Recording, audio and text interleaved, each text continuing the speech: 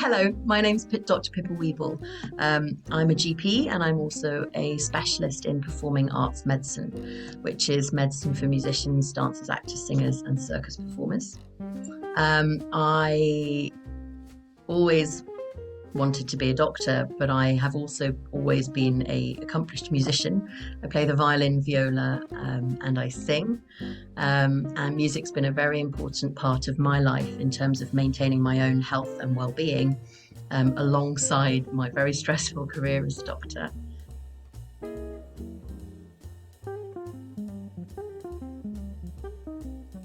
I think that musicians are typically very aware of their mental health, but there's definitely a preference to focusing on a physical injury or illness rather than acknowledging that there's a mental health factor at play.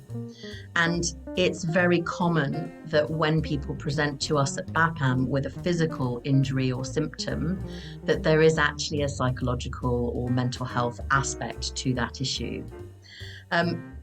If we think about that from a perspective that injuries have an impact on our ability to work, that then has an impact on our identity as a performing artist, but also on our mental health and well-being. So it's very rare for me to see a physical injury that doesn't have a mental health component to it.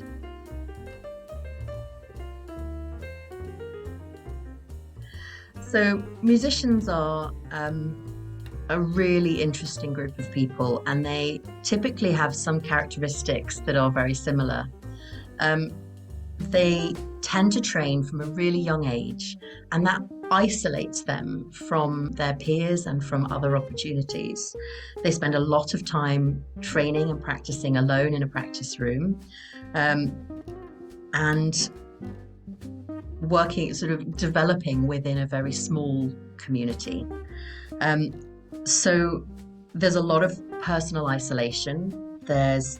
When you send someone on tour, that's an additional issue. But they also work in an industry that carries a lot of antisocial hours. And these things really put a person who is already naturally perfectionist, perhaps, highly self-critical, under a lot of strain. So there's already a lot of anxiety within this particular population of musicians, and then they work within an industry that is full of negative feedback, that feedback being linked to their personal identity as a performing artist, but is also very competitive with a lack of job security, and I think that puts them under a lot of stress.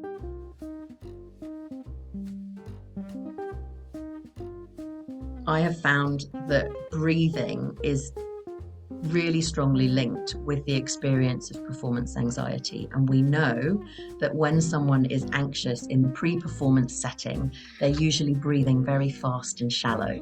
And that winds up the whole anxiety cascade, making the situation worse.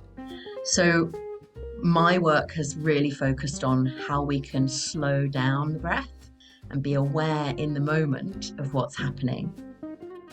So there are several breathing exercises that I've done some research on that have been shown to reduce that level of arousal to a manageable level without impairing the ability to then go on stage and perform.